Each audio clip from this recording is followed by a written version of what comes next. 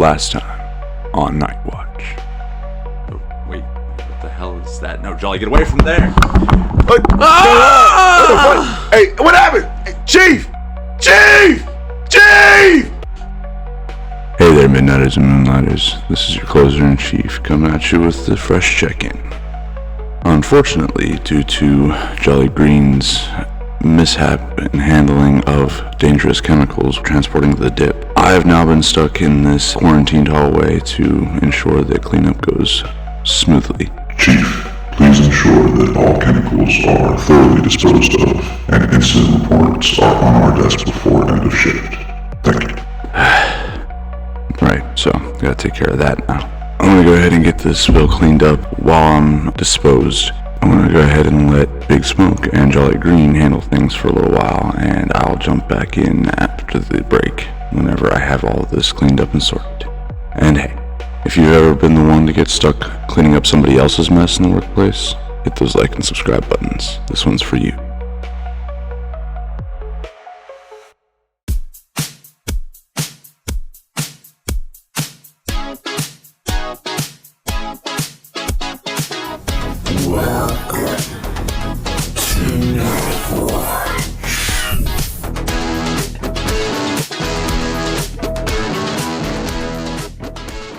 Hello, Night Owls. This is Jolly Green and Big Smoke. How you doing, Big Smoke? Hey, aloha.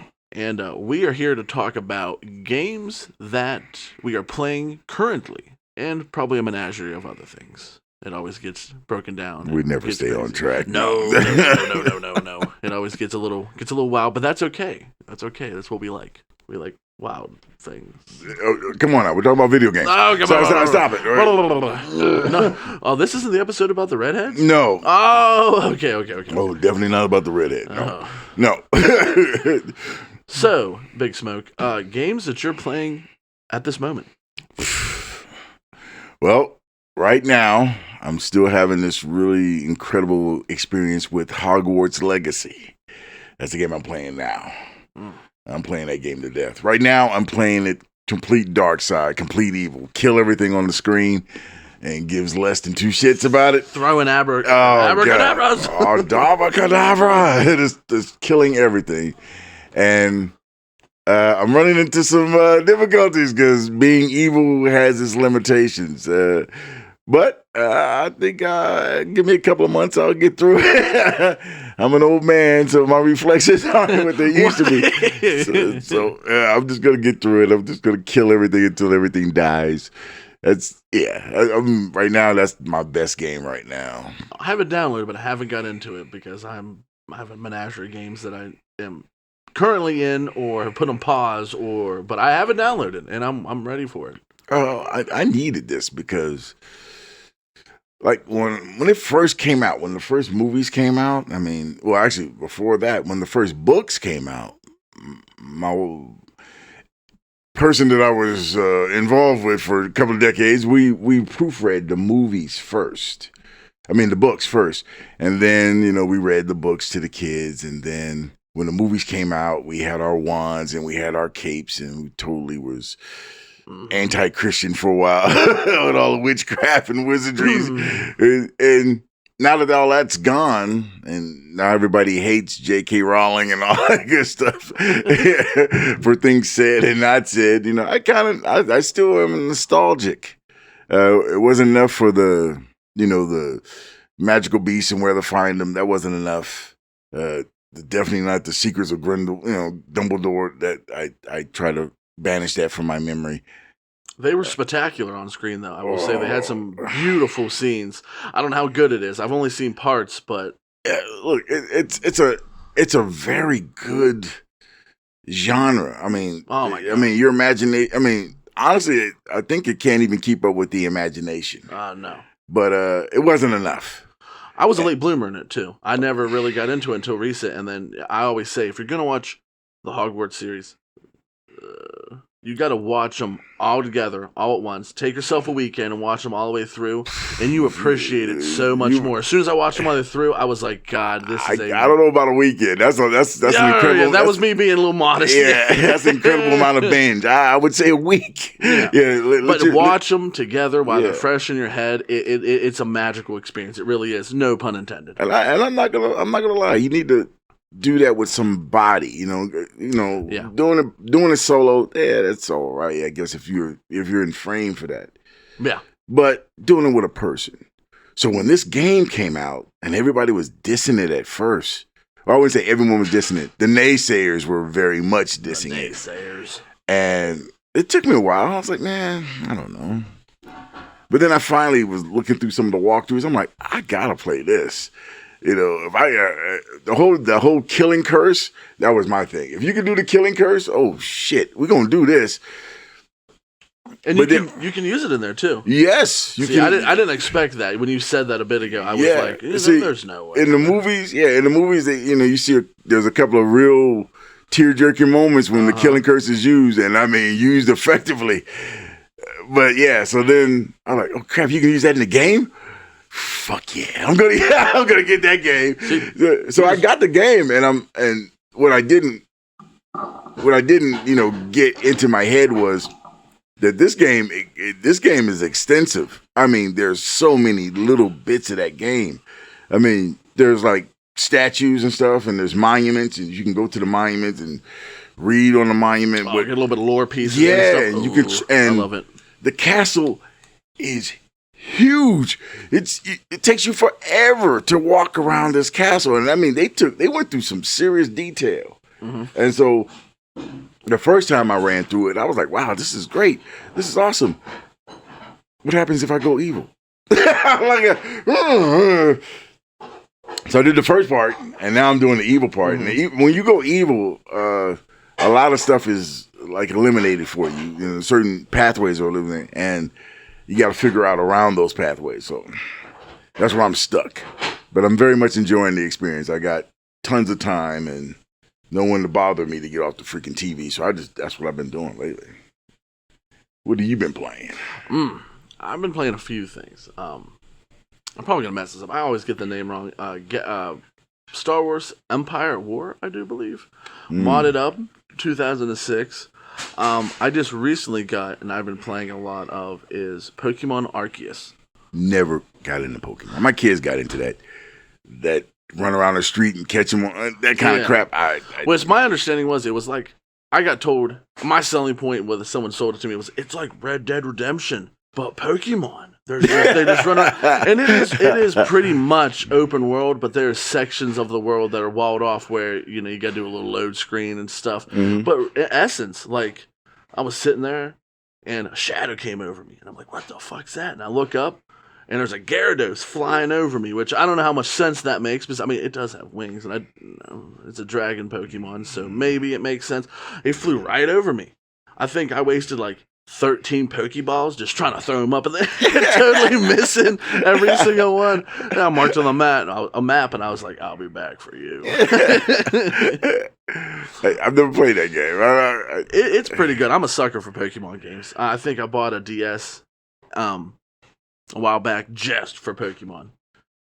Getting the Diamond and the Pearl and the new one, which I forget that one. You're on an island. Never played it. Never had a desire to play it. Even when my kids were playing stuff like that, I never tried to even play it.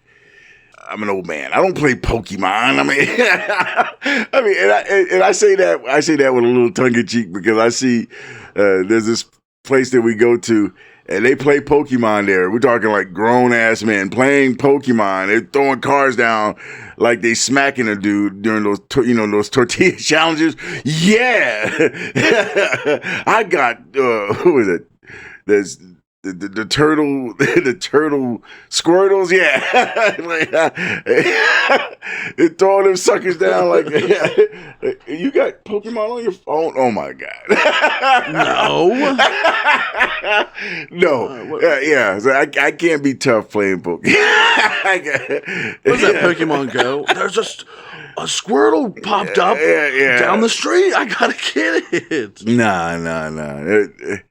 The toughest I've ever seen a Squirtle was on Robot Chicken. Squirtle like Squirtle, what the fuck am I saying? and then Pikachu's like, come on, Squirtle, you have to say what they tell you. What the hell am I saying? I died. That's about as tough as Squirtle gets for me. Dude, I can't play that game. My favorite Pokemon, and everyone's going to be like, oh, Arceus, or they're going to say so many different ones. I like the first form of Abra. I don't even know who you're talking about. Cute little, that's my favorite Pokemon. Okay, what is Abra's powers? What is I think Abra he's do? a psychic Pokemon, and he does a lot of like confusion attacks. You gonna confuse you to death? Yeah, that looks like Mewtwo. It's not Mewtwo. He's yellow. Yeah, he looks like him. They just changed the color. I think Mewtwo is psychic power as well. Yes, that's. Yeah. Yeah. Okay. Hey, now that they're side by side, I do see. You know what I mean? Look, I don't even play this shit. It's a distant cousin. You know. See, that's the upgraded version. Now, I will say the evolved form of Abra, I'm not too much of a fan of. It kind of looks a little weird, but that is my favorite Pokemon out of. Yeah, no. Look, I got used to this stuff because my kids watched it. But I never saw it as I could never. I don't think they've ever played the video game. They might have when I wasn't watching because I was too busy working. But but I could never play that video game. I mean, in another game, I do this a lot. I don't know why I just don't sit down and play a game through. I have like the retention of a 3-year-old. I don't know why. I just do. Oblivion Remastered is another. What is that about? I keep hearing you say that. What is Oblivion about? Oblivion is. I mean, the Elder Scrolls series goes back far, but with that one, you're in the central part of the province. It's where the Empire... What time scale are we talking? Like ancient, It's ancient swordplay and spell dragons play. and stuff? Yeah, okay. which dragons aren't there right now. Okay. All lore piece, All right. And, but yeah, no, it's pretty much that. You know what I mean? It's spell slinger, sword craft, bow, you know what I mean? And all that stuff. And you're what? You're just some random player? Or? I'm pretty sure, I don't know the older series, but you always end up being a prisoner. A prisoner? A prisoner. And you got, I think Morrowind... You get a pardon from the emperor. Okay, so you're not doing this from jail. Yeah, everybody's casting spells from behind bar. This is giving me anxiety. I don't want to play this so bad. Yeah, why do you want to play this game? It is about jail. I'm like, okay, I'm sorry. Go ahead. You got a book of the lusty Argonian tucked under the pillow. Guards coming in to pummel you for no reason. Okay. I don't like this. Don't get tracked down. Come on. What is the game about? But with that one, Oblivion Remastered, you're in there, and the Emperor, something happens. The Mythic Dawn are killing off its assassin. Oh, I think it's a cult for the Daedra god of destruction, Mehrunes Dagon. Okay, so what kind of class are you playing? I'm always. I don't like. I never play as a spell. Someone like a wizard or someone that does spellcraft. Though I do like it. I dabble in it a little bit. I'm more of like a sword and shield. But the one time at Skyrim I played and I made this character and I was like, it's going to be like a paladin. He's going to have a mace, no shield, heavy armor, but he's going to have spells in the right hand, which on that game you can't. It's just either spells, you just equipped your weapons for spells or da-da-da-da. Yeah. I liked that, so that's what I'm trying to do with this one. I'm trying to dabble in a little bit of the magic arts, but then still keep with the fighting aspect, which is kind of boring for a lot of people. But I do like just being a run-of-the-mill. I can get into that. It's simple. It's simple. You go up there and beat the shit out of it with your sword. Or I played Skyrim. I think Skyrim. I don't know if that's 4 or 5. I'm not sure. I don't know. I know that's probably one of the. It's like in that family of Oblivion, right? I think Skyrim's 5. 5, yeah. I played that for about 6 hours, and I didn't get very far. But as far as like Dungeons and Dragons kind of games, Diablo. I bought an old computer just so I can play Diablo 1, 2, and 3. I've dabbled in Diablo. But there's certain games where I just feel like you need somebody with you. I remember my cousin playing, as a callback right here. A lot of people don't know this. Champions of Norath. And it is, it's old, you know. Yeah. But look who you're talking to. It's a very it's a very Diablo-esque game. You know, top down, looking down. You know what I mean? You get items and stuff. You loot items off of people. The funnest memory of having that one is as soon as you kill somebody, fucking shit shoot out of him, and we go over there, just grabbing anything at all that we could, and then for some reason he always liked keeping. He wasn't the same class as me, but he always liked keeping the items that I could use, and I'm like, give me that ring of endurance, I could use that, and he's like, nah, that's worth 1,000 gold. I'm taking it to the store. I'm like, oh, you know what? Fuck you. Hey, I got a buddy. He plays. I'd love to play Diablo. Yeah, I love Diablo, man. I play Diablo there's so many different ways to play the sorcerer, to play well, my favorite guy nowadays is the necromancer. I love that guy. I do, yeah. But it's a hard balance because to play a necromancer, you're either going to have one or two very powerful skeletons, or you're going to have like a whole bunch of underlings who can't hit, past a tennis ball. They got mittens on their fists. So, I always make the mistake of making the games too hard, and that's, you're talking about spellcraft. On Oblivion right now, I'm swords, shield, but I have that summon spell that summons a couple of things because I'm like, God, I just want to take some damage off of me. I just want these guys to be a little distracted so I can go up and just beat them from the back. I do like necromancers, summoning other creatures, but they always like paper. You know what I mean? You get in there. Well, like I said, it's a balance. Yes. I mean, it's either your summons is going to be like uber strong, or you're going to have a whole bunch of them who aren't too strong, but they'll climb all over you like a freaking herd of army ants, and they'll just take you out, one smack at a time. But yeah, I love the older games. I'll play Diablo. There are times when I got like a couple of days off and I got nothing to do, and I'll just turn Diablo on, and hours will go by. Yeah, I got it. total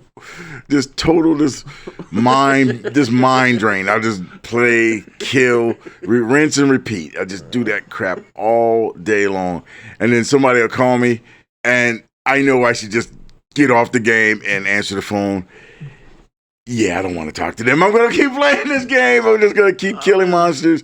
I'm in this universe right now. Let's go through this labyrinth that I've been through 20 times already. I'm going to do this and do it again until I get it right. But I'm not alone in that. I got a buddy, man. He still plays EverQuest. I've played it a little bit. I played EverQuest when it first came out, and I was like, I don't understand the draw.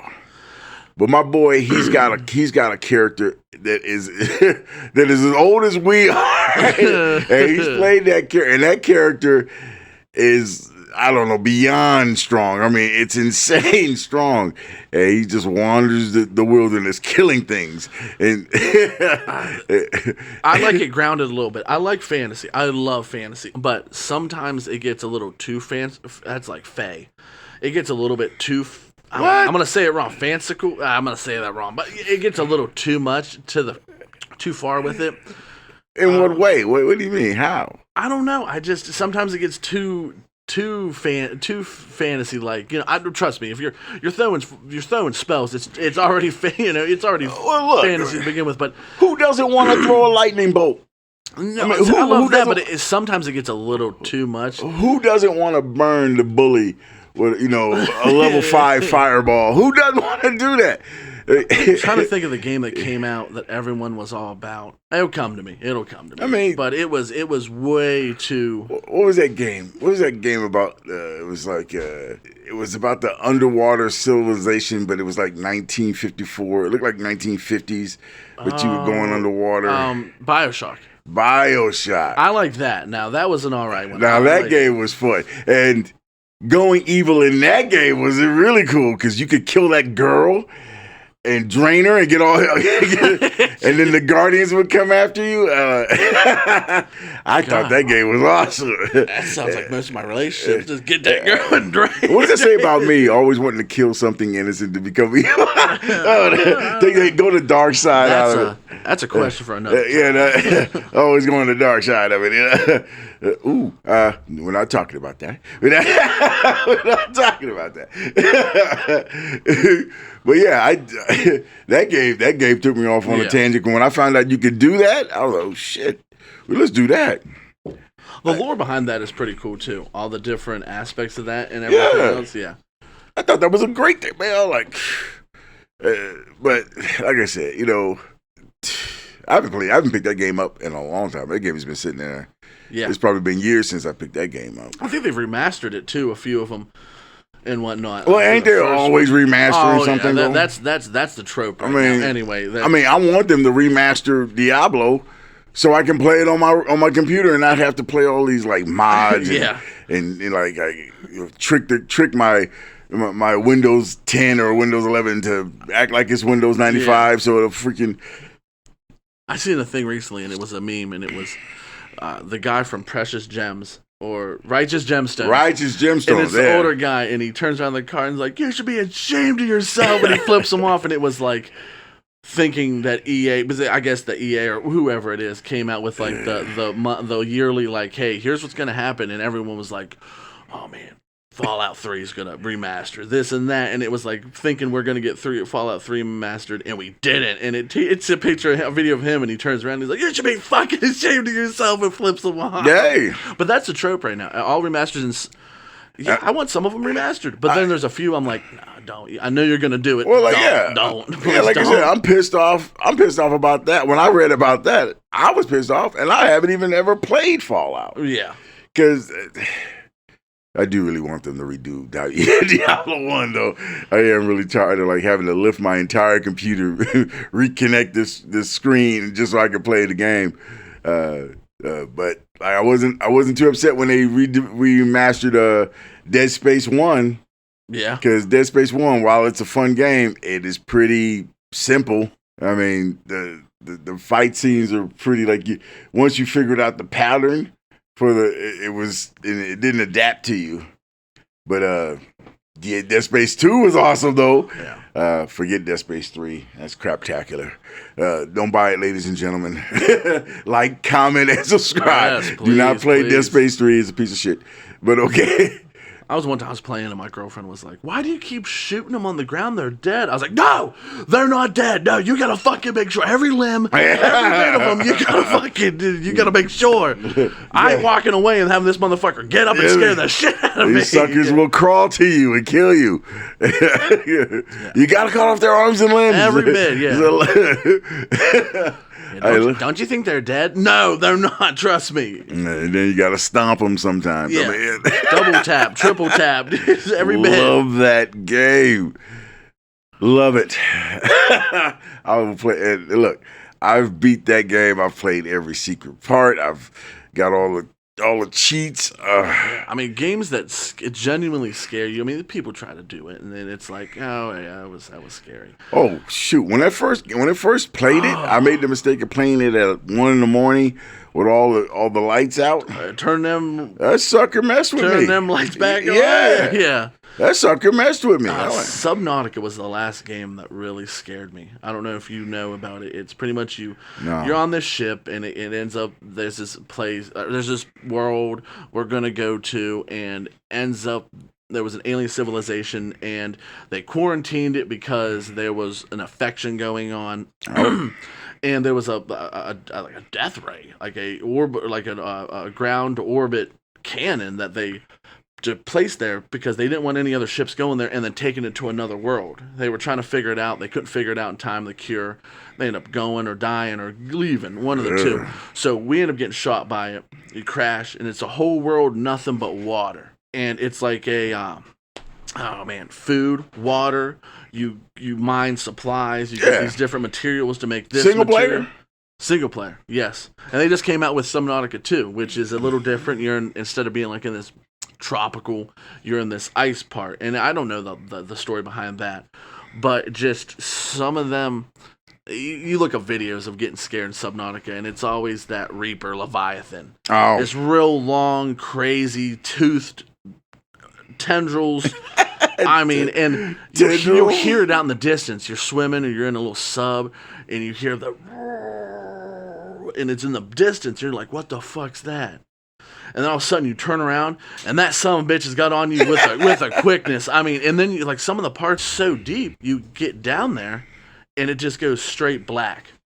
And oh my God, it's just, some of it is just absolutely scary. It gives you the heebie-jeebies. Yeah. It's a little scary. That was the last game that actually like terrified me to play. Nah. Besides Dead Space, the game that really scared me was Dead by Dawn. Dead by Dawn. That game, because it literally, well, you're a single player and you're running around and you're trying to get these goals set. And then there's these things out there that are trying to kill you. And they're not human.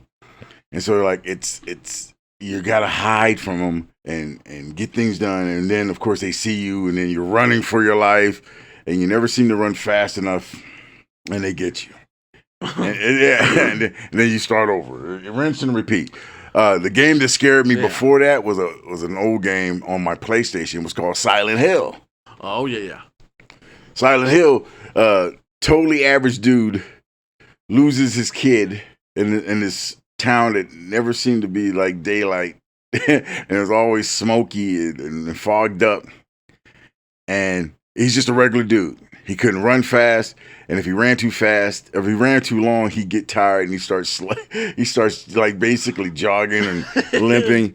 He couldn't shoot worth a damn, and he gets a pistol, and of course you're limited on ammo. And unless you're right on top of the creature you're trying to kill, you won't hit it or you won't kill it. You'll wound it and just piss it off. And then, of course, there's various weapons that are not effective. But if you find there's one particular weapon, there's a katana, a sword. Now, when you had the katana, you were beating shit up. you got close and you just start hacking. You didn't have to be no samurai master. Enter Shogun. Yeah, you just throw that sucker down and you're killing things.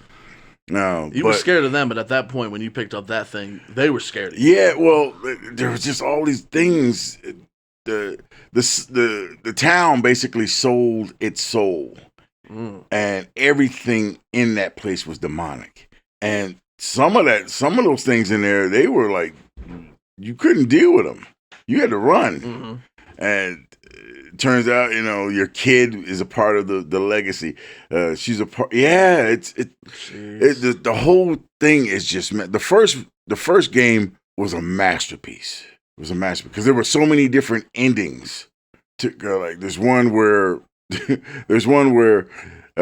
you have to kill your daughter. She dies. And then there's one where this person who is supposed to help you, if you save her earlier in the game, she comes back and she drags the main antagonist down into hell. And then there's one where you kill the demon side of your daughter, and she comes back as a baby. Like she's like 9 or 10 when she gets taken over by the town. But if you save her soul, she comes back as a baby, and you get to escape with her as a baby. How are you going to explain that to the authorities when you get out of town? I don't know. They'll think you're some creeper who kidnapped somebody's kid. How do you explain that?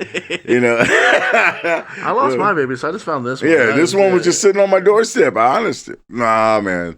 But that game scared the crap out of me, man, because it was just like at certain times the game would go from like daylight to nighttime.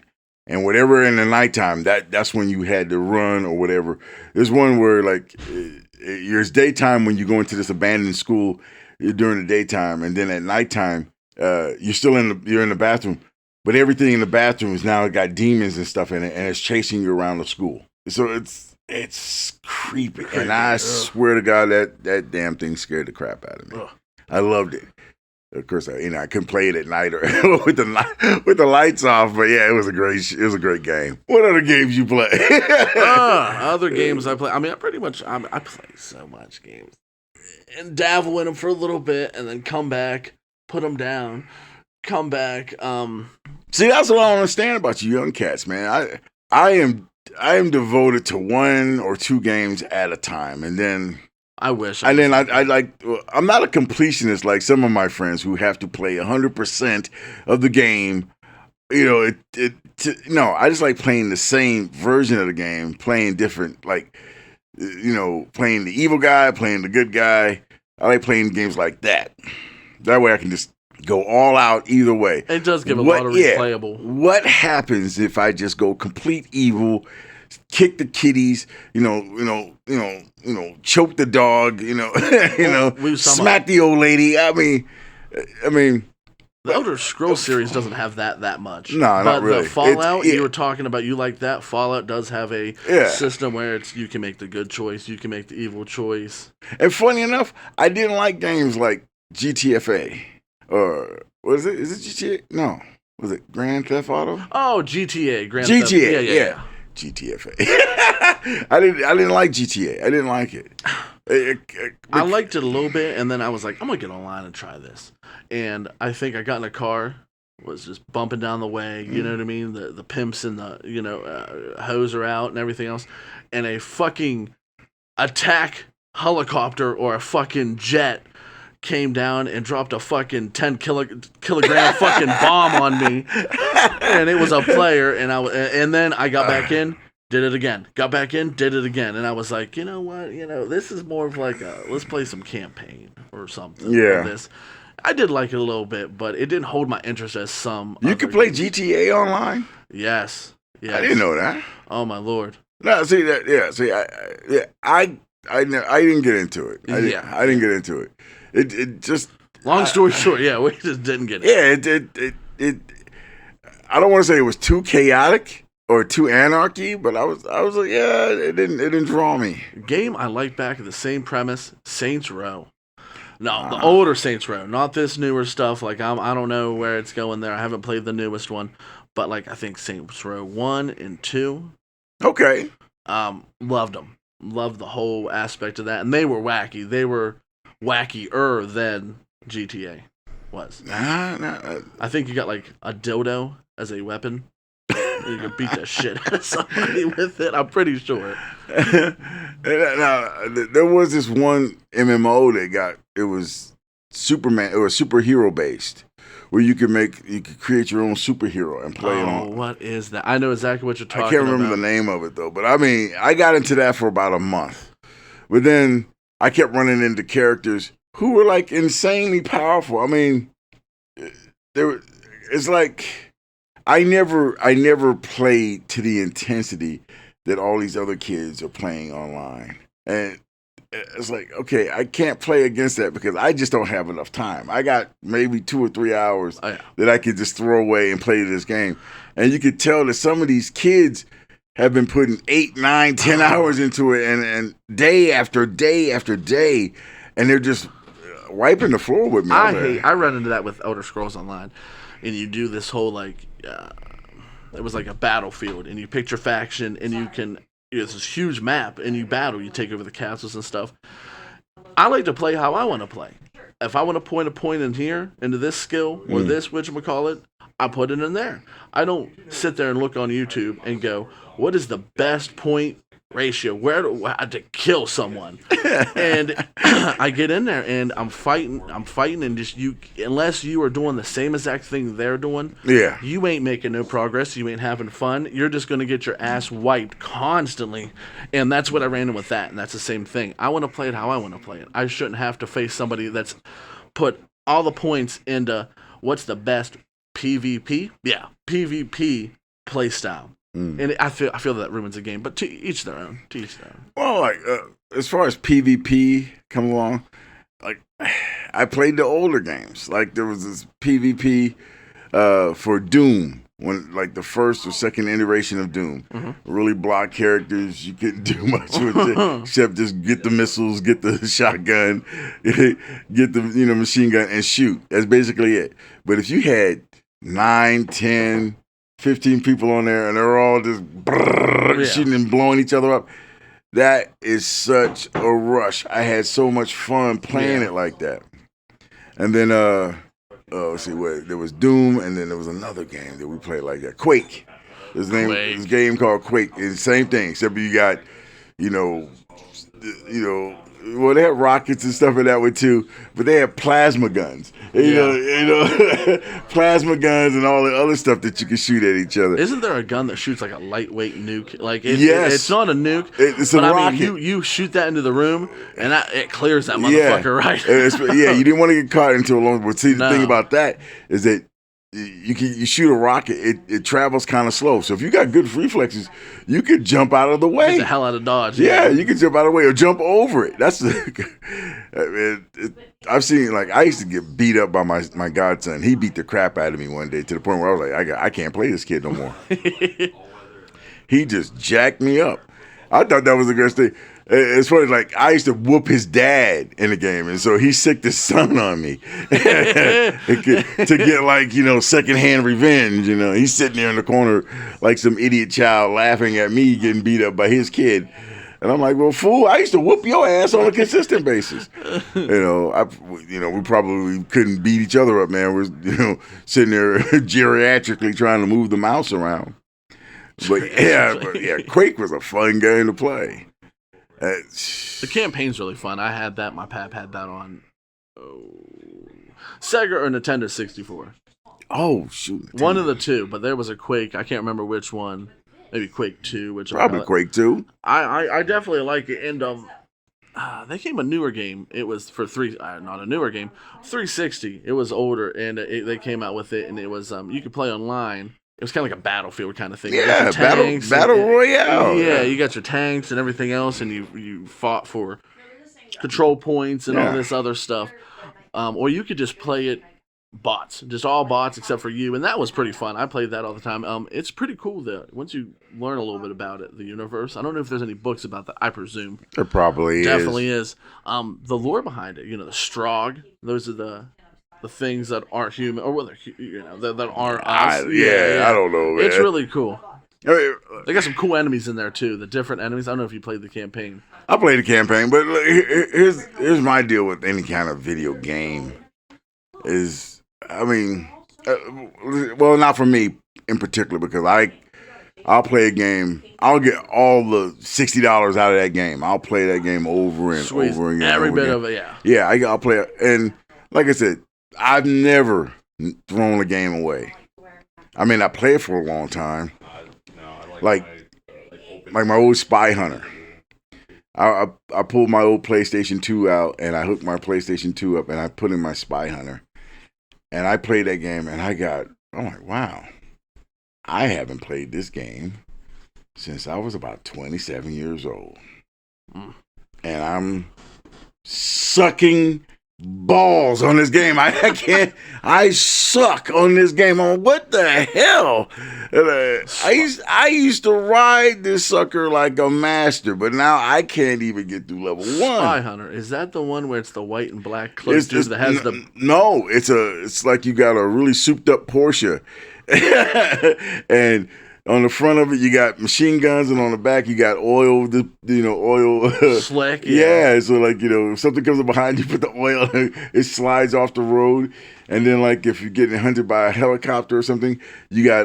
Don't you drive up in a truck? Yeah, I know exactly what you drive up in a semi to get refueled and replenished with weapons. Yep. Yeah, and you're in trouble if you miss the truck, because like driving up to the truck, you could miss your getting onto the truck. Yeah. If you miss it, then you basically run out of ammo and you're in trouble. Farthest point I got there was the bridge. I got to the bridge level where you're going over the bridge, and I forget which vehicle it was. It wasn't the gangsters that shoot the little gun out the side of the car. Yeah. Or whatever. Those weren't the problem. It was another type of one, and they were fast, and they came right up on your ass, and if you didn't oil slick them or you ran out of oil slick, and then you were done. Yeah. You had to be careful. I got so good at that game. We were leaving countries. I was like, you leave America, you go to Venice. Oh shit! Yeah, and then your Porsche turns into a freaking speedboat. It's funny. You jump off the port, and the wheels bop off, and it turns into a boat. That's pretty. So it's like, yeah, you get to play some really hardcore games. I played that game to death, but in my 50s, I absolutely suck. I can't get past level 2 or something like that. It's hard.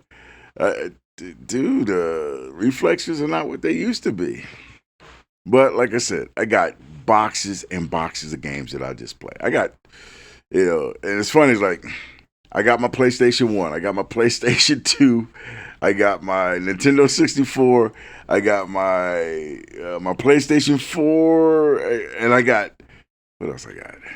That's about it. I got all those games. I got boxes and boxes of games, and I just felt like, let's see what we got in here. Let's turn. Right, it's always nice to go back and play some classics. Yeah, oh yeah. Week before last, I pulled out my Ratchet and Clank, my very first Ratchet and Clank, not the 2 and 3. It's been so long, I didn't even remember what the game was about. It was like playing a brand new game. I was like, oh, what the hell am I supposed to do? Oh, I got the cheat manual right here. No, don't reach for it. Big Smoke, don't reach for it. We're gonna do this like the old times. We're just gonna play the game. That is always good when you forget the game. You're so old in your memory that you totally forget and you pop it back. It's a brand new game. Yeah, I know I played that game to the point where certain people in my life were going, "Hey, turn that game off and pay attention to us." And oh yes, of course, yeah. There are other things that are more important.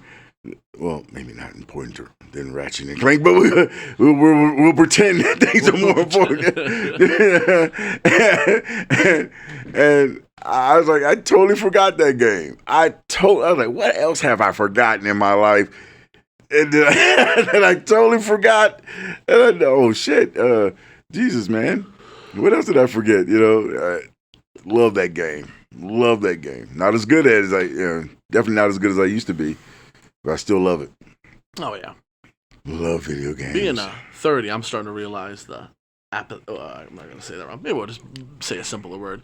I'm starting to realize the age on me, you know what I mean? Not as much as most people, but I can tell I get up, there's a lot of cracks. I think I did a ninja roll the other day. I was a kid, I could just repeat, just roll. I did it the other day, and I got up, and I'm like, oh no. I shouldn't have done that. Like, everyone loved it. Everyone thought it was fun. It wasn't fun for me. Oh, no. A little stiff after that. I used to like sitting on the floor. It just, I don't know That's why. the floor. I love sitting on the floor, let everybody have the couch, you know what I mean, and stuff, or the older people get the couch. And I did that, and I'm like, this doesn't feel the same. No, what didn't feel the same was trying to get back up. Before I could just, roll to the side, tuck my knee in, stand up. Come on, guys. I'll pop a smoke. Come on. Now it's a 3-point turn, grab a hold, give a firm grip. Relocate the knee underneath, okay, and then further rotate. Okay, I'm on all fours. Then we got the next knee come up to there, and then we get the second knee come up, and then slowly stand up. It's a process. There we are. We're vertical again. It is a process. I get up now and I'm stretching for like 15, 20 minutes just to get the kinks out. Just to get the kinks out, punch the body bag, and I got to massage and rotate my wrists, and because everything hurts. That's what happens when you get old. Folks, don't get old. Stay young forever. Fuck that. I'm getting older. I'm not gonna. I'm gonna be around for a while. Oh, of course. I'm gonna be around for a while. I'm still waiting for grandkids so I can teach them to play video games. My kids are still mad at me because I didn't they used to play this one game called Lemony Snicket and a series of unfortunate events. It's just so low rent, PlayStation 2 game or PlayStation 1 game, I think. Maybe it was a PlayStation 1 game. But it was funny, my baby girl, she couldn't get through the levels. Mm-hmm. So being, the good dad I am, I'd hop in, turn on the controller, get her through that level, and then she get to the next level. Then she gets stuck again.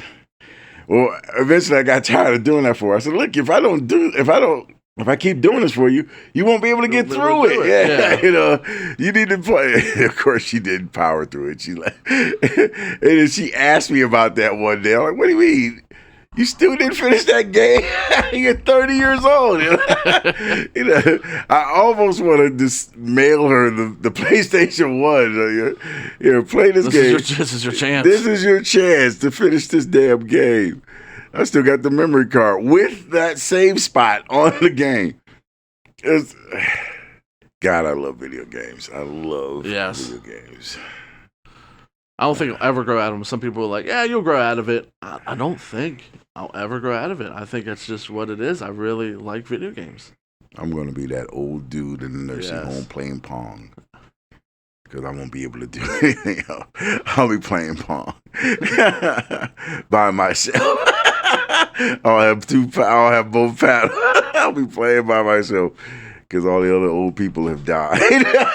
Jesus.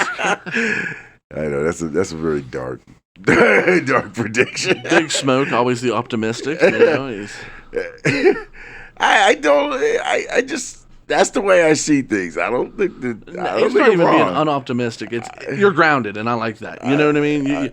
If I have something I need to go talk to you about, you're not gonna bullshit me. Well, I mean, it could be. No, you're gonna be like, nah, you fucked up. It's gonna be, you know what I mean? No, you fucked up bad, but you know. Look, here's what you do not to do that next time. Look, I was a nurse for a while. I got to see a lot of old people that nobody visited. And that's sad. Nobody came to see these people, and they were hungry for somebody. Emotional connection. Yeah, they just wanted someone to sit with them and talk to them for a while.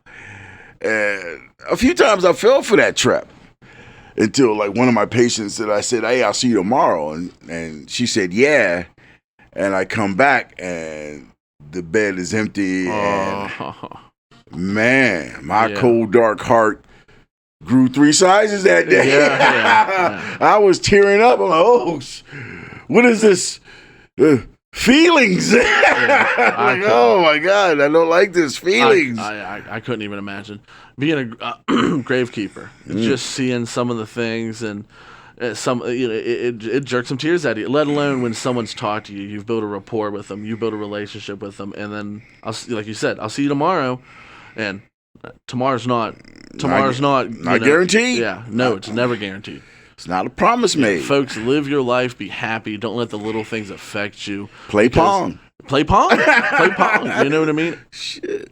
And yeah, my grandma says that. If you look back on it, is today the day you went through and the day you live today and what the choices you made, if it was your last day, are you happy with that? If not, then you need to make some changes. You need to do something different because tomorrow's not given. I agree. Yeah. Graham is a very smart woman. Alrighty, folks. I think we're gonna call it here, man. I need to hit the can. Okay. Yeah. So I'm pretty sure Chief will be back. He's done cleaning up the quarantine, mess and everything else, and getting that figured out. Taking a shower. Yeah. Taking a shower. Yeah, you got to go through all the steps. There's all the different steps. You go in that room that sprays you. I don't know what the hell it's called. I stay away from that. That room scares me. All right, but we're going to take a quick break, and we'll be back, folks. Welcome back from the break. Midnighters and Moonlighters, this is your glorious closer-in-chief, finally out of quarantine, mess cleaned up. Thanks again, Jolly Green, for... Yeah, no problem. It was my pleasure. I'm glad you're... When I tell you to do something. The handles were slippery. It's all right. We got. My hands got so clammy. I was scared. To tie in a little bit of the day job, there's a little bit of a process that I like to go through with some of the new hires. Right. Whenever we're making pizzas, if I see that they're getting a little bit nervous about a thing, one of the first things that I will do with them is I will make a perfect pizza. Something nice, something, a couple of toppings and everything, and make it look perfect, pristine. And then I'm going to take that pizza, throw it on the ground right in front of them. It's just pizza. It's, as absurd as it sounds, like that, you can't take things too seriously, right? Especially when it comes to the job. If you're stressing out about making pizza, like, yes, it's good that you're eager to prove yourself, that you're eager to do a good job. But whenever it's got you stressed out to the point that you're gonna quit on your first day or whatever, what I mean? Like that's not something that you want to be. That's not the kind of set that you want to have in the workplace, right? Yeah. So, even with something like this, I was thinking to myself last night, what's a good way of having that throw a pizza on the ground moment with this podcast? And I feel like the first half of this episode was kind of that. I let you guys, run it yourselves and just kind of get the feel of just balls in your court. Do with it what you will. And at the end of the day, we're just here to, throw our voices out into the internet and see if people get entertained by listening to us for a little while. So you know what? That made me feel good. I think we did a hell of a job, Big Smoke. Yeah. Oh. It could do better. Oh shit! There goes that little spike of self-esteem that I had there a second ago. There we go. Come on, man. I mean, look, we've only been doing this a month, 37 days now. Yeah, there's way too much room for improvement. We gotta improve this bad boy. Yeah, you know what it is. Like, we're getting the reps in, but I mean, we only get a chance once, maybe twice a week. Yeah, and. Based on the numbers, like, we're seeing. I mean, the people that are listening to this podcast, I want to absolutely reach out and thank you guys. so much. Yeah, appreciate it. Even the bad comments, I love that shit. I mean, we're seeing views and numbers that most audio only podcasts don't see until their first quarter. And like we just said, we're still in our first month. We are still very much in our infancy, baby steps phase. So thank you for sticking it through, and thank you to everybody leaving comments. I want to give a couple of quick shout outs here. Yeah, absolutely. And specifically, at Jenny Lee 238, you've commented on every single one of our videos. Amen. Thank you, lovely lady, whoever you are. Thank you very much. Oh no, she sounds kind of. We'll move on. Silence. We will not talk about silence. We will not talk about Jenny Lee like that. Yeah, Jenny is the awesomeness. At Matthew Kellogg 4408. I absolutely love your comments. Thank you so much for staunch critic. I mean, from the beginning we've been saying if we're wrong, call us out on it. So thank you for that. Contrary to other creators, I love being corrected because I don't want to just be wrong all the time. No. Let's see who else we got here. At INV Tech Carl. Oh yeah. Buddy of mine, actually, so I'll take a little bit of nepotism with that one, but thank you so much for the comments. We all really appreciate it, and thank you so much for our first donation. Something that I haven't gotten to talk about yet. We've got the coffee page set up finally. It's ko-fi/Nightwatch podcast. Yeah. If you guys like what you're listening to and you want to help us out, throw us a little bit of extra money for the caffeine fund. Keep our editor in chief functioning throughout the long hours of the night. That's. It goes a long ways. It's scary when he's not on his caffeine. But yes, thank you so much, INV Tech Carl, for your donation. It is thank you for the donation, man. We do enjoy counting our pennies. Let's see, who else we got? At mychannel-if1rb. It's a coworker of ours who's been commenting on a lot of the videos. Right now, currently our number one fan as far as video engagement. She is our number one fan. Thank you so much for your very in-depth comments. It means a lot that you're not only taking the time to listen, but also to take the time to just write out such thoughtful messages. Yeah, yes. And my number one fan, Jordan. Awesome. Thank you very much. She loves Big Smoke. I'll take all the love. Thank you very much.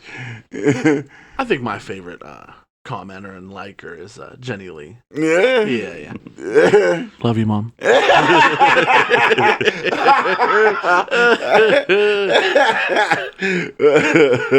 You couldn't resist. I couldn't. Love you, Mommy. That dude loves his mama. You have to be a saint to put up with me. Yeah. Oh, shit. I was like, is he going to say? Well, if we're doing that, then, also a shout out to at Row360. Yeah. I love you, Mom. There we go. You mama's boys. I can dig it. And really and truthfully, I mean, everyone says, we appreciate the comments. We like it. Honest to God, this is a dream come true that we are able to do this. And how much we've grown so far, I really do appreciate it from the bottom of my heart, all of our hearts. we do appreciate every bit of interaction that you guys can give us. I mean, truthfully. All right. Now, with that being out of the way, we'll go ahead and dive back into the topic for today, which is video games of today. So I get to miss out a little bit on the first half of the conversation, so just to kind of jump in real quick with my own little input. Current games that I am playing, a lot of indie casual games, things like PowerWash Simulator. There's a newer game that I just started playing recently called Dredge, where it's your little fishing boat that's catching fish out in this little bay area, and as nighttime gets closer, these more eldritch abomination mutation fish start springing up, and there's a whole storyline to it. It's very really cool. Yeah, it's very kind of think Silent Hill meets Deadliest Catch. Yeah, Deadliest Catch, exactly. Yes. But yeah, awesome little indie game. I've just been getting really into, especially with a lot of the indie developers, because to kind of go into the second half of this segment here, the industry of gaming has been a very tumultuous environment these days, to say the least. Yeah, I mean, like you Jelly Green pointed out, and Big Smoke, everybody's doing remakes and remasters right now. And I mean, you've seen in a lot of the movie industry too, where everybody's doing remakes and remasters of the old movies and everything. It's like they're running out of creative ideas very rapidly. And whenever it comes to the AAA industries or AAA developers, they have to worry about that bottom line, right? Mm-hmm. They got all that overhead to pay because they have all those employees, they have all these massive studios, and they have the shareholders that they have to cater to. Yeah, so like that's their thing. They're worried about the money. Just like every other big creator out there, they're worried about the money. And, when it comes to small scale stuff, like our little setup here, you have your indie creators that are not only looking to hopefully one day crack into that, hey, I'm doing this for a living thing, but it's also the love of the game. It's the passion. Yes. It's the actual... I wanted to make this, so I put every last drop of blood, sweat, and tears that I got into making this thing, and I just hope you guys like it. And when you feel that, I mean, it's almost like enchanting something with that little piece of your soul and personal spark, and you can feel it in the game, in the product, It's like a baby walking for the first time. I mean, I made this. It's walking. Not that I know anything about that, but I do. I remember when my first little one started walking. That was kind of funny. The whole climbing up on the couch, and then one hand leaves the couch, and then the other hand leaves the couch, and then the wiggle, wobble. You're like, oh, she's walking. There we go. I can only presume it's insane that I made that. I made that, and that is, I don't know. Depending on how you are, you know what I mean? Well, like, I'm an asshole, I'm a jerk, but I made that beautiful creature right there. Well, you got to think, from the time that they're small to when they're crawling or rolling in this particular fashion, and then they're stumbling to their first time of saying, "No want cheese," to Dad, you don't understand.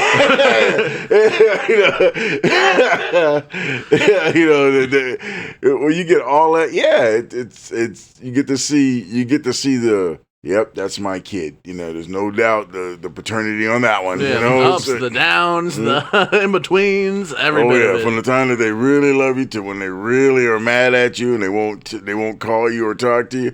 Yeah, that's either way. It's good, bad, and in the middle. And Chief, talking about video games and the movie, remake and stuff, I like to think the video game front is doing a whole lot better than the movie front.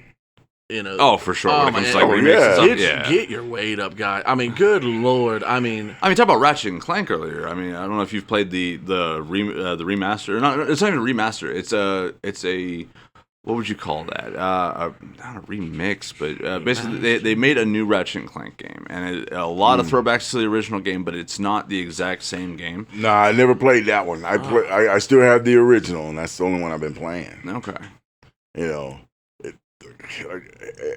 I like the old stuff.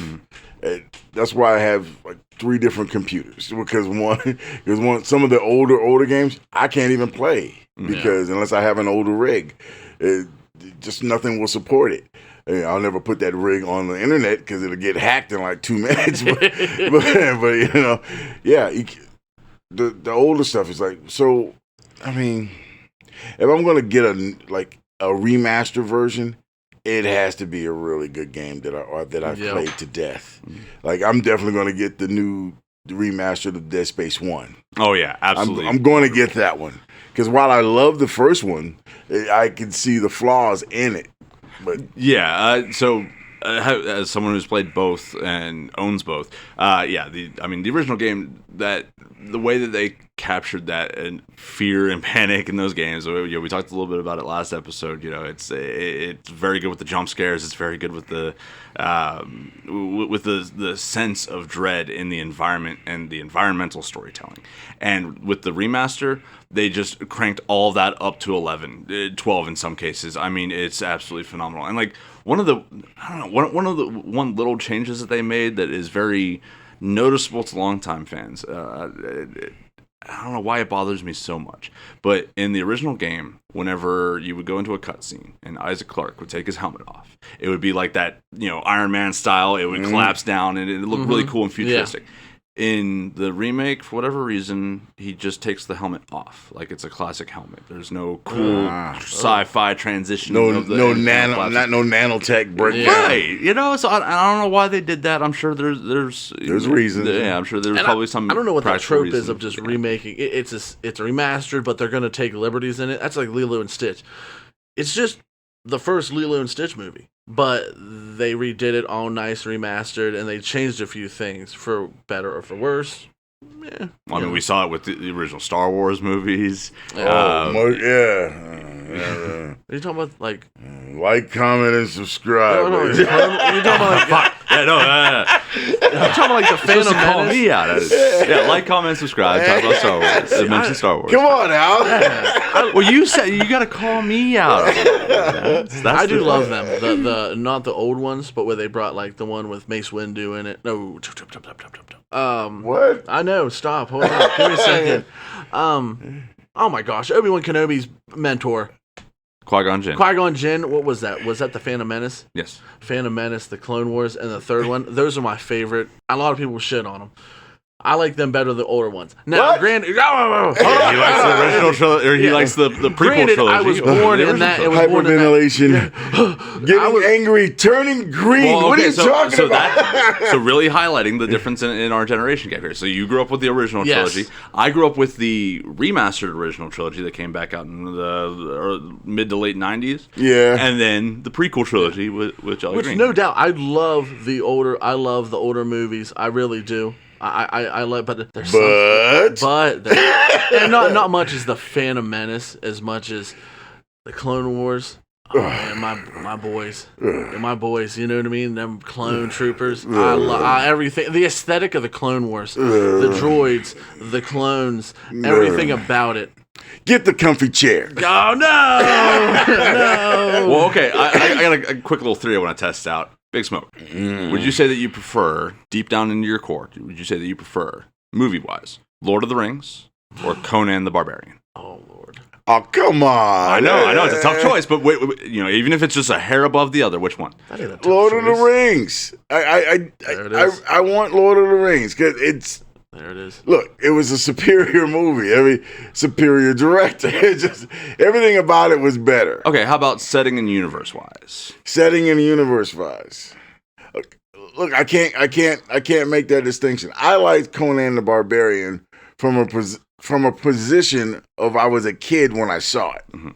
But if I saw Conan the Barbarian now, I would think, okay, this is just some muscle-bound dude who said maybe 10 words throughout the entire freaking movie.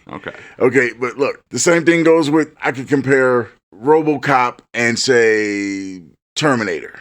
Right. Okay, but hold on. Like I said, I got a theory here that I'm trying to test. So Jolly Green, which out of the two, Lord of the Rings or Conan the Barbarian? Lord of the Rings. Okay.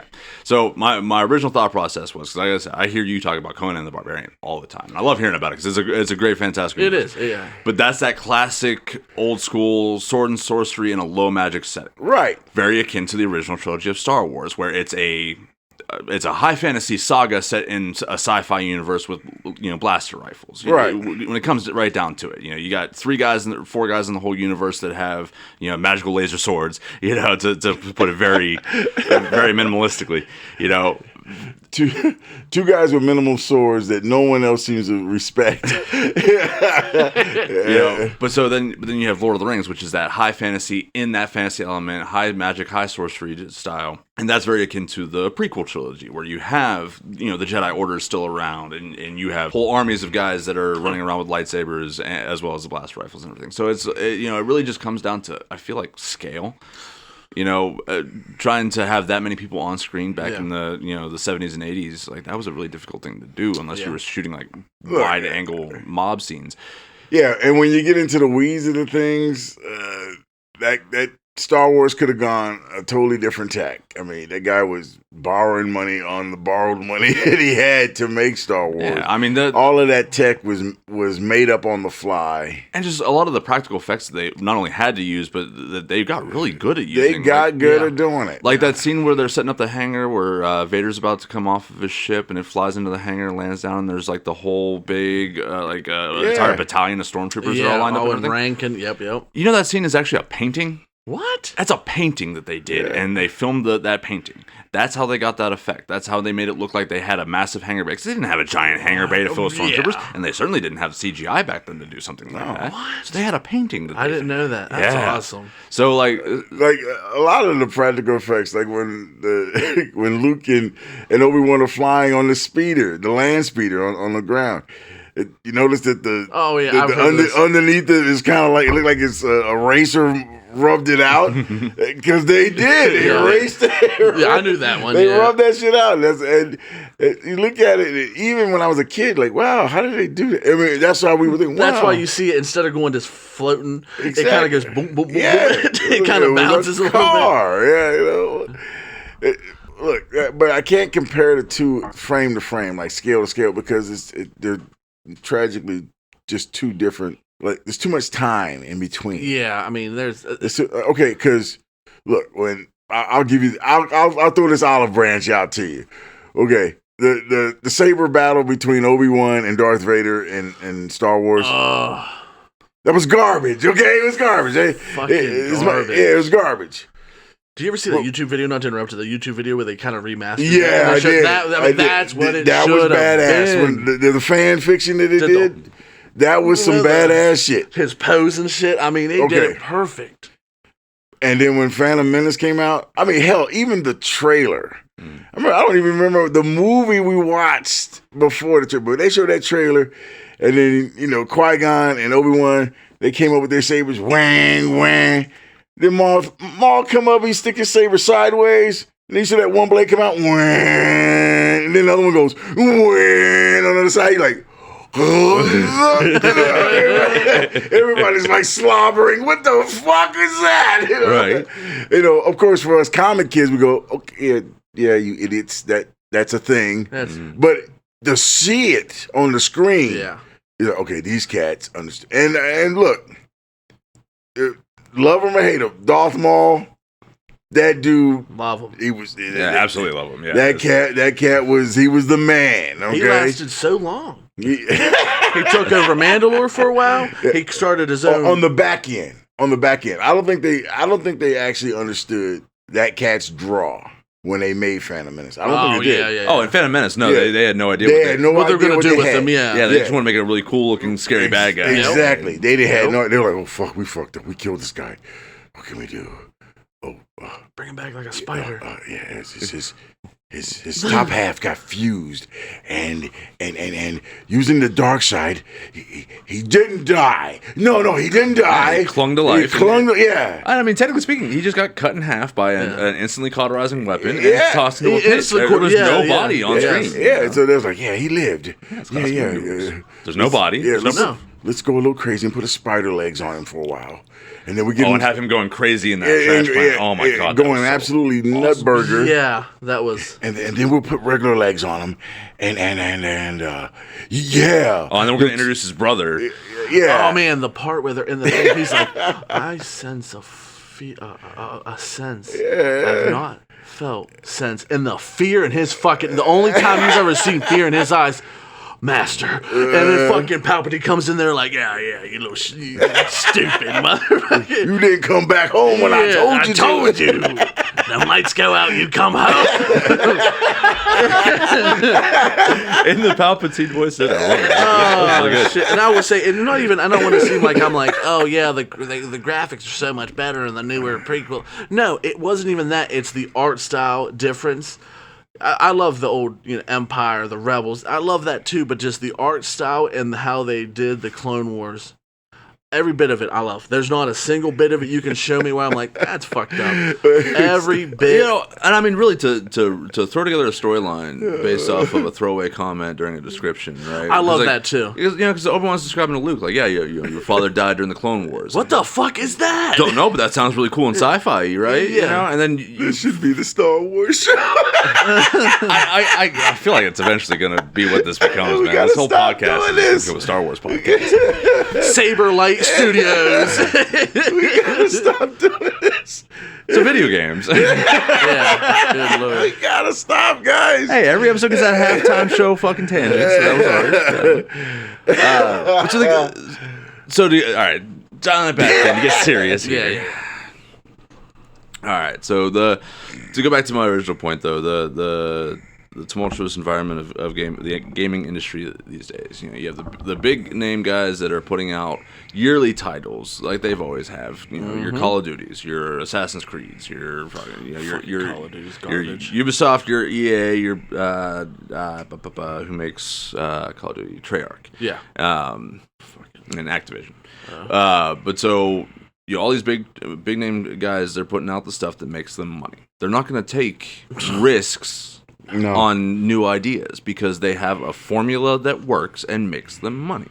It's just like the Madden games. There's fucking just 20 of them, 30 of them now. Yeah. Year to year, Every year. NBA, the new your roster, 2K. they come in, they make a new game for the new people that came in. Yep. And they keep making money because people keep buying these games. If you want change in the industry, people, you got it.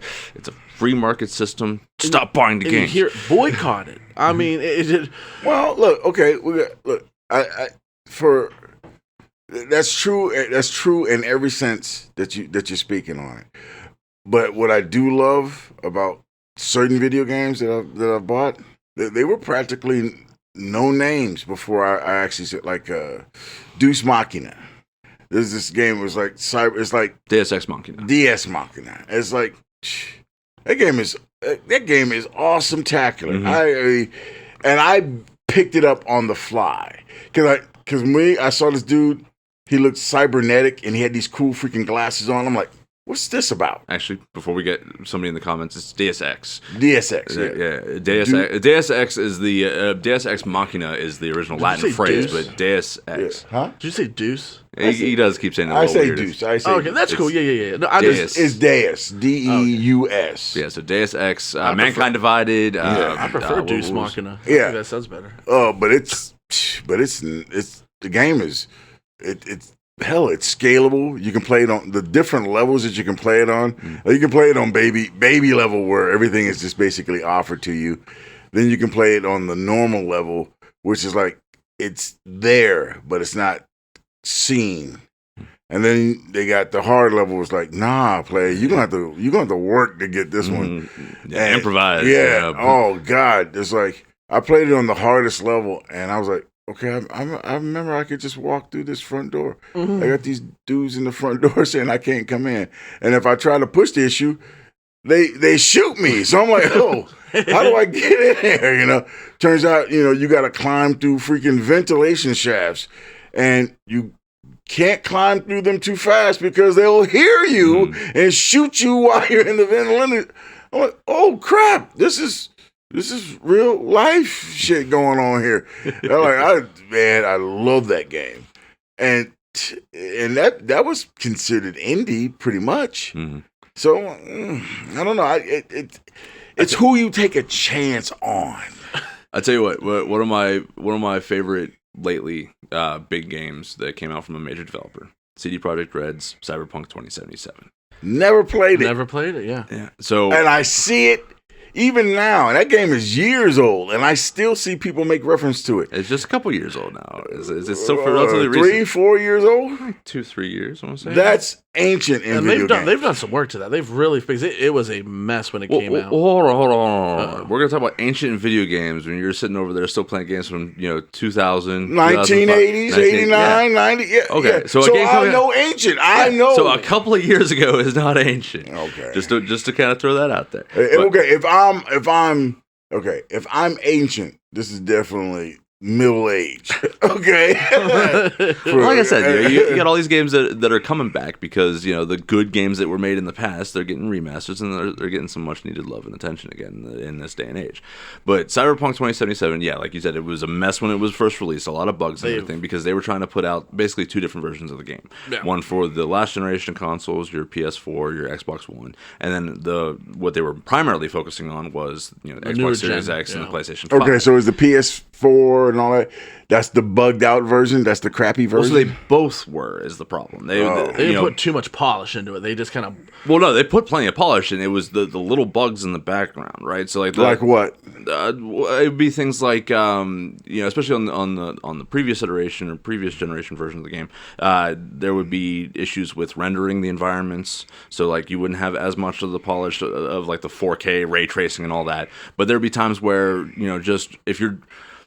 To put in perspective, I've had both versions of the game. On the Xbox One version of the game, one of the big issues that I always had was that I couldn't drive in that game because if you were driving long distances too fast... Start buffering. No, the environment wouldn't render fast enough, so you'd be driving into a new area and all the buildings look like solid polygons, and then the road would disappear and you would just drop through the map. Oh, God, dude, yeah, that would suck. Or cars would spawn in directly in front of you, and you crash in like half a second, and you crash. My problem was, do the cops chase you now in the cars? They do, actually. See, that's where I seen it. It was like, hey, freeze! And they have a car right there, and he just goes, nah.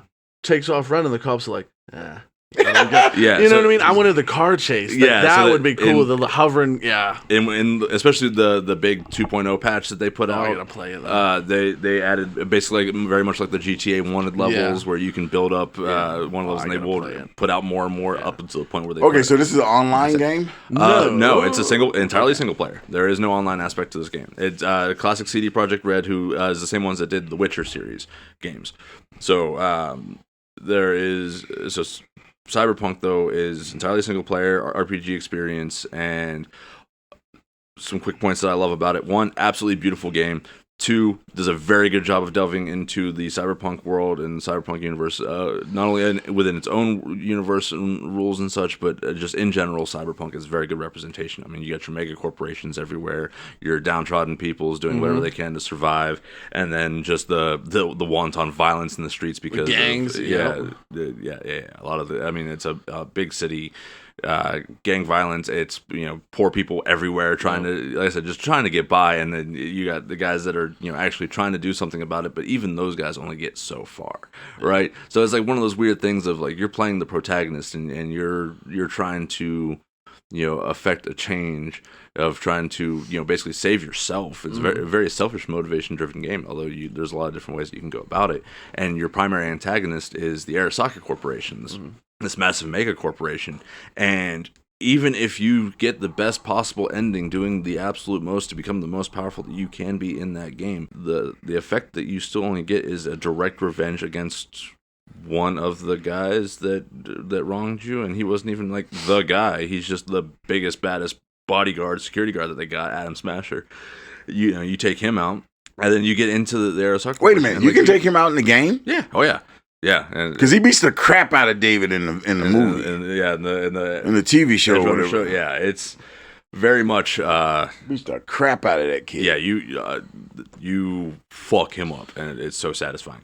But like I said, like you don't even you don't topple Arasaka. You break into the building, and you get the information that you can't even really save yourself because the what limited amount of the technology that they have there on that location isn't what you need to. So depending on which ending you go with, there's a variety of different ways that you can go out. But yeah, at no point do you topple the system. You just think of it like a really big bug or maybe a bird hitting a plane. It can affect a little bit, and bird strike could take out an engine, but it's not going to take the whole plane down. You do damage. You cost that mega corporation money, but on the scale of a couple $1 million worth of to a company that's making trillions of dollars every year, they don't give a fuck. Okay, so their insurance covers that, and it'll buff out. Basically, it's all right. So 2077. That's like what. That was a one-game one-off, right? Or is there... So far, there is talks that they're eventually going to do a sequel, but as of right now,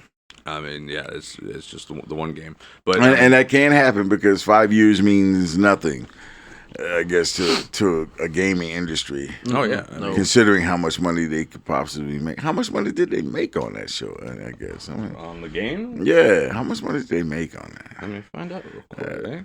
What do they say in the game? Get up, samurai. Yeah, I think so anyway. I can't remember. I mean, yeah. Keanu Reeves.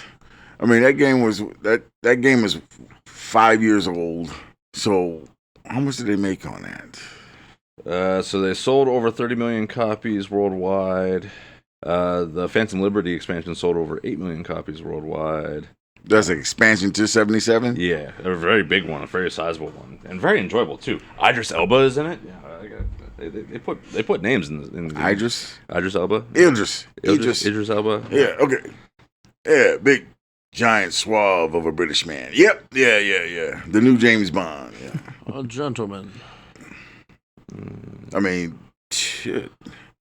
I'm waiting for you guys to get done. I got a rant. I've been loading this puppy up. I'm ready. Let it fire, brother. Go ahead. Man. Shoot down range. Which, just real quick, for the actual sales figure, estimated, if I just do a quick average $50 per game sold, 30 million copies, that's $1.5 billion that they made off of that game. Yeah.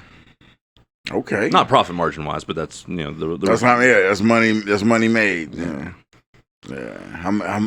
How much did people make on that? That's up to them. But hey. Well, it's interesting these days in the gaming industry as well, not in the game making industry, but the gaming industry, because of streamers and stuff like that. You have a very lively marketplace and economy that's just video game driven these days. Watching people play video games is a money making market. We had somebody at work that did that for a while. Mm-hmm. He was he a Twitch streamer? I think it was. Yeah. Not only that, but he ran basically like a school to get you better at first-person shooters. Really? Like he would do training seminars to get you better at Call of Duty and Battlefield and stuff. And and I mean, he was good. He was good. That's pretty cool. Yeah. But I can't really say much. One of my early ideas for doing something like this was I was going to do a streaming of DayZ. Gameplay streaming of DayZ. Okay. And just do like a little voiceover role-playing thing of just like role-playing the character within the game. Yeah. And it was going to be kind of one of those things, because when I'm playing that game, I've talked about it before, where I kind of go off on my own and I stay away from the populated areas and stuff like that. Well, one of the other things that I like to do, whenever it rains in the game, it has the chance of getting your equipment and gear wet and deteriorate faster. So whenever the rainstorms blow through, usually what I do is I find a house to hunker down in, and that'll be the time where I go through and I like maintain all my equipment, check all my things, organize my inventory and stuff like that. Very meticulous stuff, but it gives me an opportunity at that point, in those moments, to just kind of sit and chat with the audience and whatnot. Yeah. So it kind of was one of the ideas that I had, and like, I don't know if other people would be into watching that, but I know I would watch that all fucking day. No, There's so many ideas we could take. I was watching Pokemon unwrapping videos last night, and I was like, God damn. Like, I'd love to do. I mean, the pocketbooks ain't allowing that right now. I mean, some of them, but I've seen a few, and I mean, I gotta say, the unboxing videos stuff. Yeah. You gotta really have a personality for that, because I'm not gonna just sit there and watch a product being I will unboxed, say, you have to have a good personality. You gotta have a good personality. Because all you do, Jigglypuff, Squirtle. You mean, you gotta put some jazz into it. You gotta put some, you know what I mean? But I thought that'd be really cool. It's like what I'm hoping is happening with this, with our audience. You know, if we're having fun and you guys are having fun with us, then everybody's having fun. Everyone's having a good time. You know, we're not here to try to sell you nothing. We're not here to try to teach you anything. God forbid we need somebody to teach us some shit. You saw me with the radio with my phone. Like, hey, how do I do this? Big sigh. Like, oh my God, we need learn. Got Luddites. I'm surrounded by Luddites. Hey, listen, I'm trying to do what I can for you guys. Hey, I get it. You do good. I get it because at least I'm going. Yeah, I'm a Luddite, and I'm handing you my phone. Help me.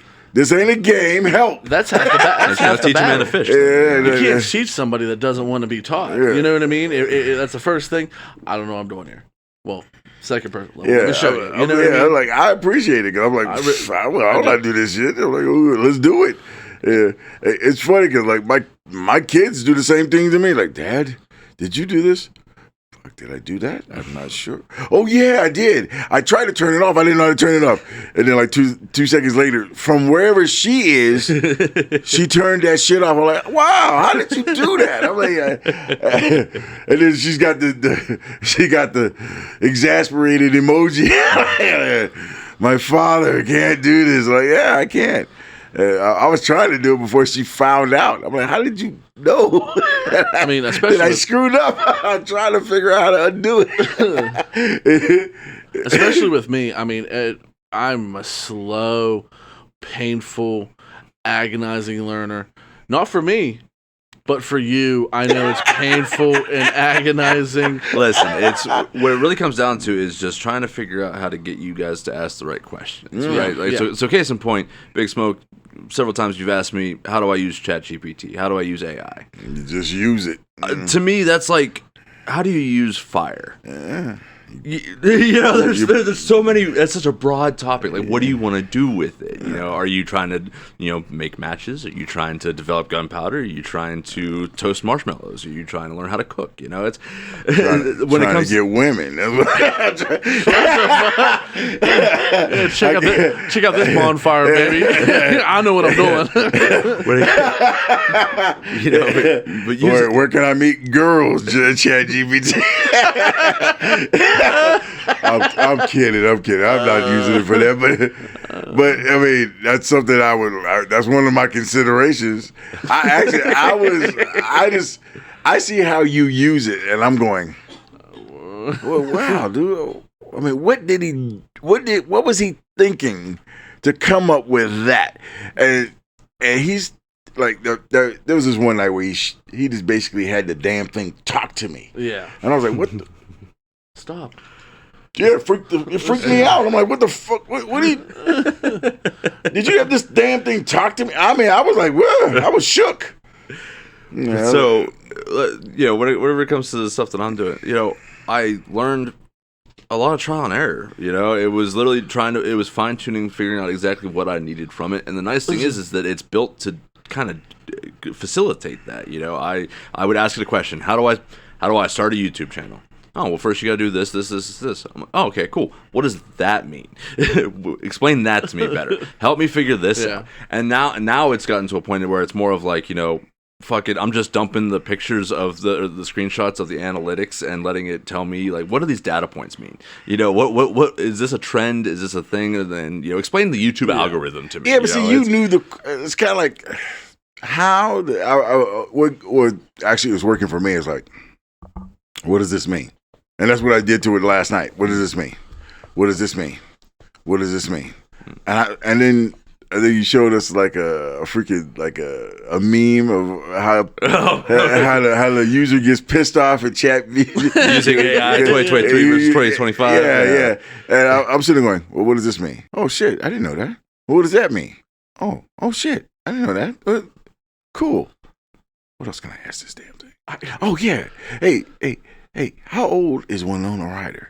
Crap. It knows that shit. Oh, hey, how cool is it to be with Urger Kit? Oh, shit. It knows that too. I was just asking it all kinds of random. And I was like, oh, man. I'm like, hey, tell me more about myself. That was an interesting one because I fed it all. Cause I'm like, shit. Oh, hey. Big Smoke is rather debonair. Okay, I like this. I just got the image of Big Smoke looking one shoulder, the other shoulder. Where can I find the big-breasted Japanese hentai women? Where are their locations? What was it on Supernatural? Busty Asian Beauties or something like that? Yeah, Busty Asian Beauty. I'm like, I had fun with it, and then I like, oh.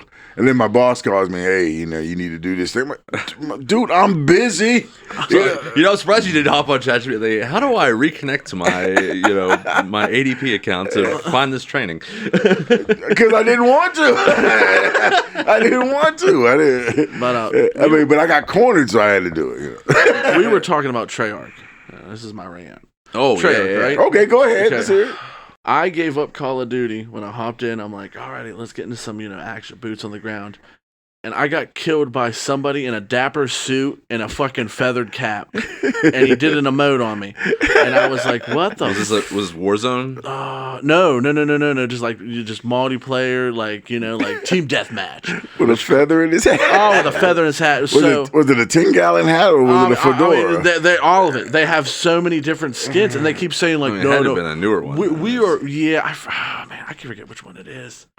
And it was a couple of cycles ago, and it was like, you look on their website, and it's like we are dedicated to boots on the ground. Bullshit! Have you seen the new update they did? Oh yeah. No, I don't play Beavis and fucking Butthead are in fucking Call of Duty, and it's like I forget what they call it. It's like a certain kind of. It's like a Fortnite kind of like how they graphitize it. I forget what it's called. A skin? No, it's how it's like an art style. So it's not like how you and me look. They look cartoony, and then they put them in like military garb and everything else. Okay. And there's the American Dad. They put in there and all this other stuff. How can you tell me that you are boots on the ground? That's why the new. You keep using that phrase. I don't think it means what you think it means.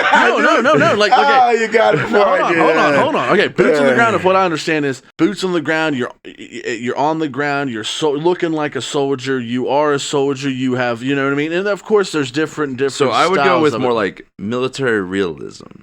Okay. Right, boots on the ground means you have a presence. People, bodies. You have boots on the ground. You have people there. That's what it means. Like when I talk about Mars colonization, I specify boots on the ground. When we talk about invasions, it's boots on the ground. It's people are there and they have a presence. When you're talking about something like that, I might not know what that means then. Well, so you're thinking military realism. It doesn't look like a soldier. It looks like a Beavis and Butthead. Which they say they say like we're famous for. Wasn't like, there we are dedicated. Yeah, there was an episode where they talked to the army recruiter and That's not my favorite episode, of course. But you're gonna say that you are dedicated to realism, you're dedicated to this and that, and you're not. That's why I'm so excited for the new Battlefield 6, because I've always been a Battlefield person over Call of Duty. That massive map with tanks, APCs, attack helicopters, everything imaginable going on. Yeah, I would say I put about 10,000 hours of cumulative in the Battlefield 4 alone. And they've kept we're good, you know what I mean? But this new one. And we promised this, we promised that. No, they don't do it. But they promise on this new Battlefield 6, he promises that we will not throw out stupid skins. It's all going to be lore accurate. There's not going to be people in a 10-gallon hat and a fucking bow tie coming at you, shooting you and killing you, and doing a little floss emote. So first off, kudos on them because I agree that Battlefield has been one of the more serious contenders as far as your yearly first person shooters going out there. I feel like they know their audience. Yep. They actually listen to their audience and their fan base, right? Yeah. So they see the writing on the wall of you're. Yes, parents are still buying game consoles for their kids. Yes, a lot of kids are playing video games. Yes, they are. But when your core audience is that is no longer the 18 to 34 that it used to be. Now it's your 34 to 45. Heck, we're talking about 9 to 15 at first. Well, all right, yeah, you're talking about the much younger generation. Yeah. But I'm talking about for like Battlefield specifically. Oh, right? yeah, we're still getting into 18 to 35. You go from your middle age or from your military age males up until to your middle aged males now. Because if you follow the people that have been with you since the beginning, they're getting older. Yeah. So you got to follow that demographic. So kudos to them on that one. Also kudos in that making that kind of dedication, because on the one hand that does kind of isolate some of the fan base of other games. But if your kid's already playing Fortnite or Roblox, they're not going to just suddenly switch up to Battlefield unless everybody. And like I said, I feel like they're going to make money either way they put it. But I feel that they know that people are striving for that. I think that's why Squad is going good right now. It's a PC game, milsim. I mean, everything possible. You know what I mean? It is the realest combat you can get into without putting boots in the ground in a battlefield. It is. Okay, that's a little bit better. Good job. Okay, okay. Come on, man. Is that better than Arma? I think they're the exact same. It's just different. Whatchamacallits? It's the exact same. It's that milsim bullet drop. Okay. Everything is realistic to a extreme point, like radio chatter. There's no NPCs there. The radio chatter needs to be on point. If you want to correlate with your armor, your air support, and troops, you need to have communications. And then they don't like when you come in there like, yeah, motherfucker, go to point A. No. This is Bravo Tango 1. We are moving up on the south central way we're on the road. We got APCs and we got Bradleys and Abrams on us. Copy?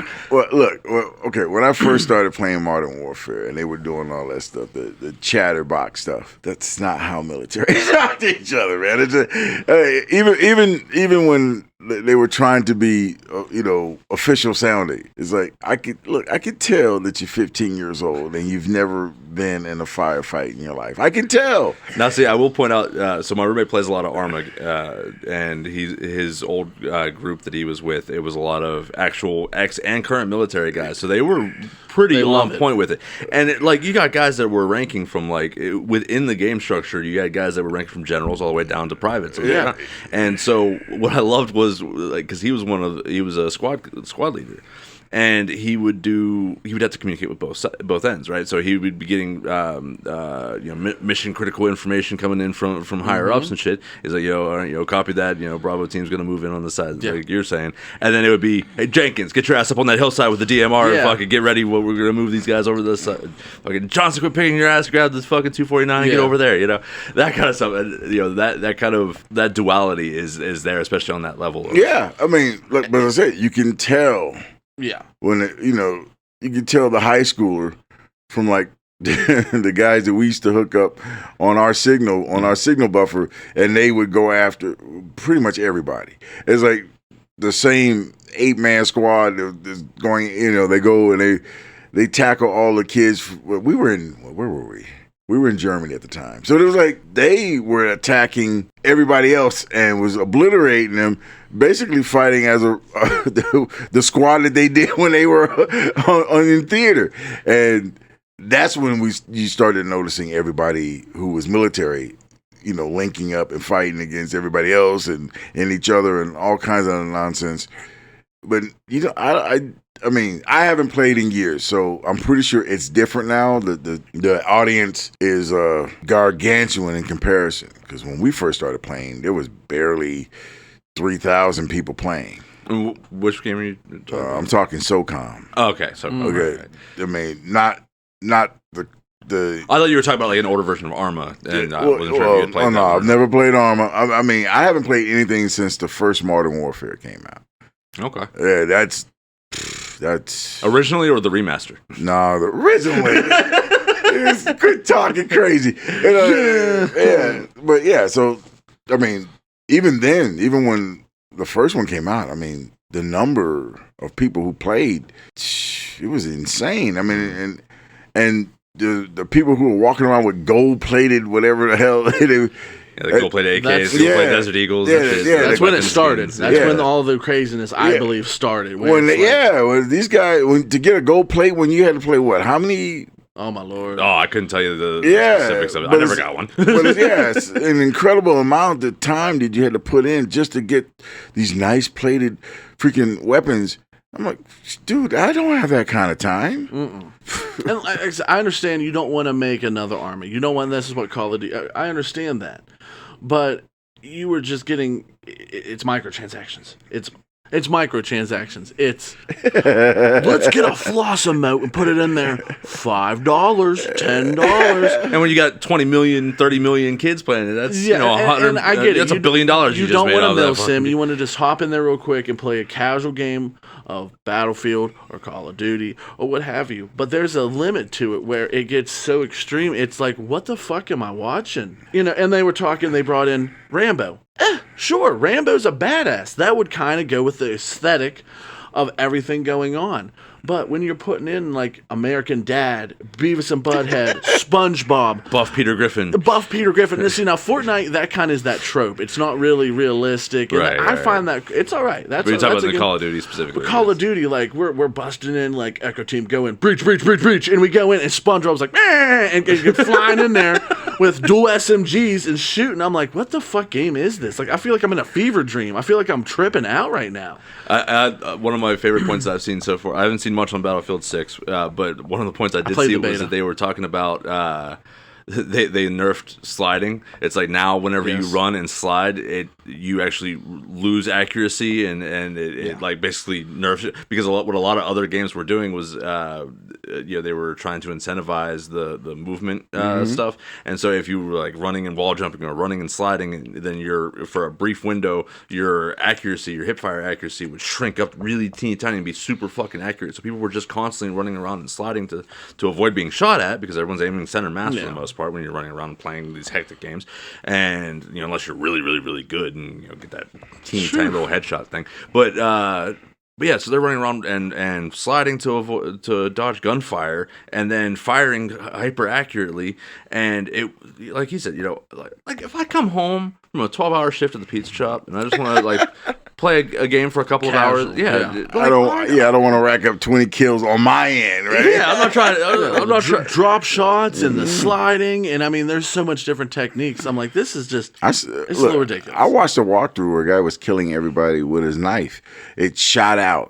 I think it was a Russian knife or something. Yeah. And he was killing people with this little dagger that he point, and he was killing them. I mean, the people were like a pinprick, and he's like, pew, and I'm like, holy crap, how is he doing? And he's just killing people with the knife, and people were getting pissed. Because like you see the scroll down walking, he was murdering people with a knife.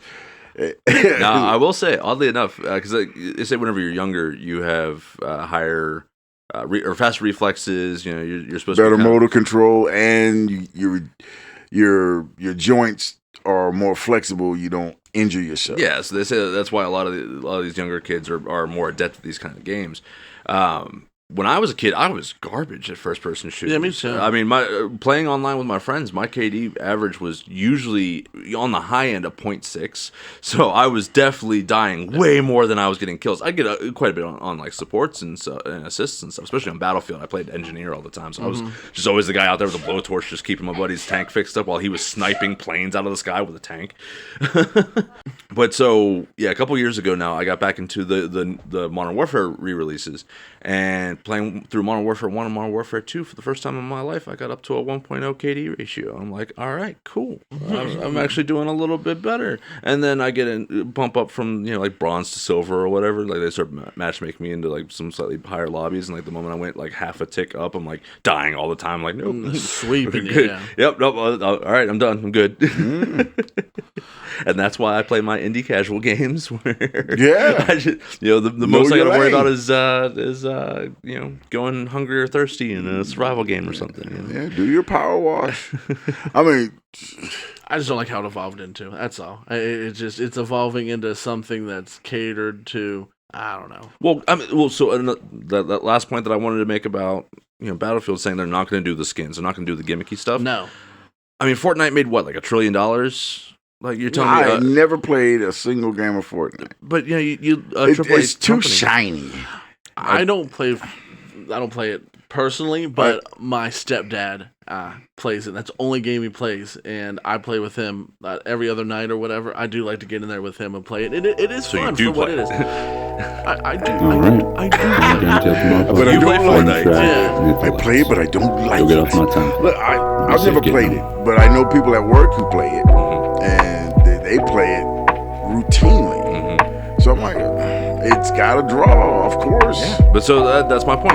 You see a company make $1 trillion off of a concept. They're gonna it's keep kinda- doing it. It's kind of hard to I not try understand. to I do get it. get some of that pie slice. It's why Call of Duty did. It's Rebrand your why- stuff. Don't say, Oh, we are come on now. realistic. No, say we are goofy ass fucking gun game playing. SpongeBob's gonna come in there and wipe the floor with you, and just I don't know. Players gonna hate. I don't know. In the recent years, like it has gone down. So They followed a trend. Yeah. They tried, and They're following the money, dude. Okay, come on. and that will always be the way the game industry follows. So long as there is money to be made, Oh, yeah, and I as long get as there it. are shareholders calling the shots. Yeah, I get it. And that is why AI will take over the world. Down with big corporations. All right, that's gonna be a good spot for us to wrap up there. We're gonna get this last little bit cleaned up, and we're gonna head on out, wrap up the shift. Thank you all for joining us. Thank you again to all of our followers, our subscribers, our commenters. We love you all. Everybody have a good night. Yes. Have a good night. Aloha. Screw you, Treyarch.